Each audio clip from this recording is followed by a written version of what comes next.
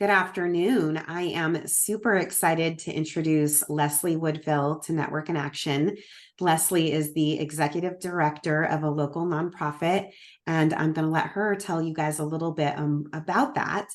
But Leslie, I want you to start by telling us what got you so inspired to take your path down the nonprofit avenue to begin with. Like, what inspired you to do that? And how has that inspiration evolved over time?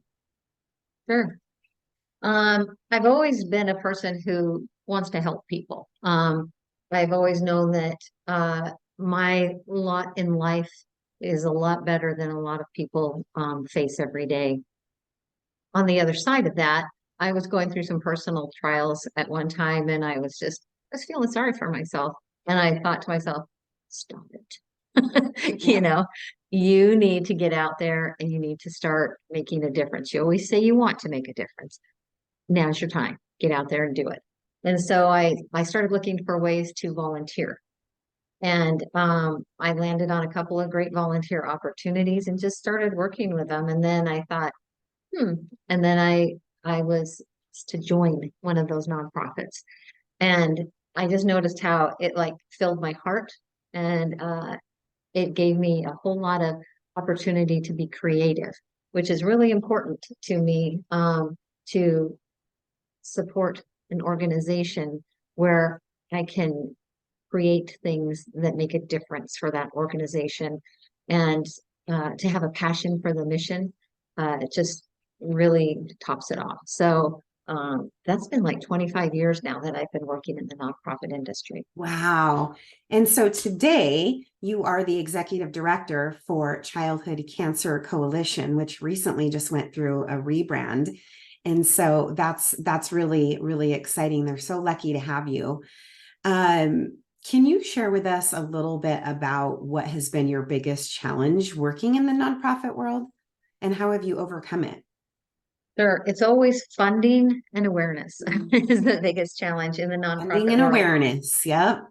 Yeah, yeah, because if you don't have enough awareness in the community or with the right stakeholders and the people who can help move your mission along, then you don't have the funding. And so the biggest challenge is always getting in front of the right people who can understand how important your mission is, feel it in their hearts, and say, I want to support that. I want to make a difference. Yeah. So finding those stakeholders and being accountable to the donors is so important. And that's something that just I think if you've got a passion in the nonprofit world, you figure out a way. Again, you get to be creative, right? Yeah. Share with us a little bit about the mission of the Childhood Cancer Coalition and who you serve. Sure, we serve kids from 0 to 19 who have been diagnosed with some sort of a cancer.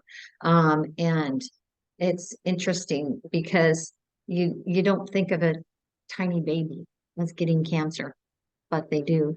And we're serving about 140 kids right now locally. And when I say locally, I mean East or Western Montana, Northern Idaho, and all of Eastern Washington. That's where our kids come from. And they congregate here in the Spokane area because Sacred Heart is the treatment center for those regional uh, pieces of where kids would be treated. So they're all coming to Sacred Heart. And once a child is diagnosed, we are they're re we're referred over to them, and that's when the support starts. And Yeah. we have two people who are parents who have had a child with cancer, who are our support people, our program people, and they're at the hospital, and there's somebody there 365 weekends, holidays, it doesn't matter. There's somebody there who can say, I get it. And I'm sorry you're going through this. And do you need a hug? Yeah, it's What a can I small do? club, right? A club It nobody is, and wants to it's be a part of, but a real thing that would be hard for everybody to wrap their head around. I know that you have a lot of sickness and sadness in what you're exposed to, but you also have a lot of success stories. And what you are up to makes a difference in the community. And so I'd like you to share with us a memorable success story or a moment of your work that that comes to mind that has really touched you. So with the Childhood Cancer Coalition, I was speaking about the two ladies who are our program people, and they are in the hospital, like I said, 365, and they're talking to these kids, um, and they're talking to their parents and offering them encouragement and just being there when they need somebody to say, I'm scared, and I get it, here's some ideas, or you know what, I can't concentrate right now because I'm too hungry, and we can bring them something. But I think the truest representation of the success of our program is when, sorry, it makes me emotional. We have a teenager who she had cancer in her leg, and she said, I'm done with this. I don't want any more treatments. I don't want any more radiation. And I just want to take my leg off. That's it. I don't want to do any more work on this. And it was painful, really painful. And her mom said, well, who do you want to talk to about that? And she says, I want to talk to Denise and Lindsay. And that's our program people. And Mm, so those are the first people that she told. I think it's a great representation of the support that she felt from our program, as well as knowing that going forward, they would be there for her as well. But for her to say, these are the people that are most important that I share it with first is big, because she hadn't even told the doctors that yeah. that's what she wanted to do. Wow. That's so special. So people are watching the video and they're wondering, okay, how do I know if I'm somebody who would need their, would need their help? Can you tell us specifically what types of support you're providing and to whom? So folks watching this are clear if they're a candidate or if they know somebody and if they should reach out. Sure. So as I mentioned, our children that we serve are between birth and 19. So if you know a family who hasn't been referred over to us and could use help financially with their um, power bills or their utility bills, things like that, we can help them with that. We also can help with some support groups. We've got some great support groups for both kids who have cancer, siblings, as well as their parents. Either their child is still going through cancer or they've finished cancer, but there's still a lot cancer treatments, but there's still a lot that's going on in their lives, because cancer just doesn't stop once you're pronounced, in remission.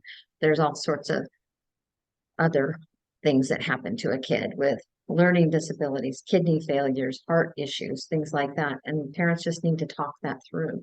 And then we also have a bereavement group. So if a child was not able to survive their cancer diagnosis, there's a bereavement group for those parents to talk with. One of our great things is we just had a cancer or a grief retreat, which served those families, and that was the Mm, first one that we've had.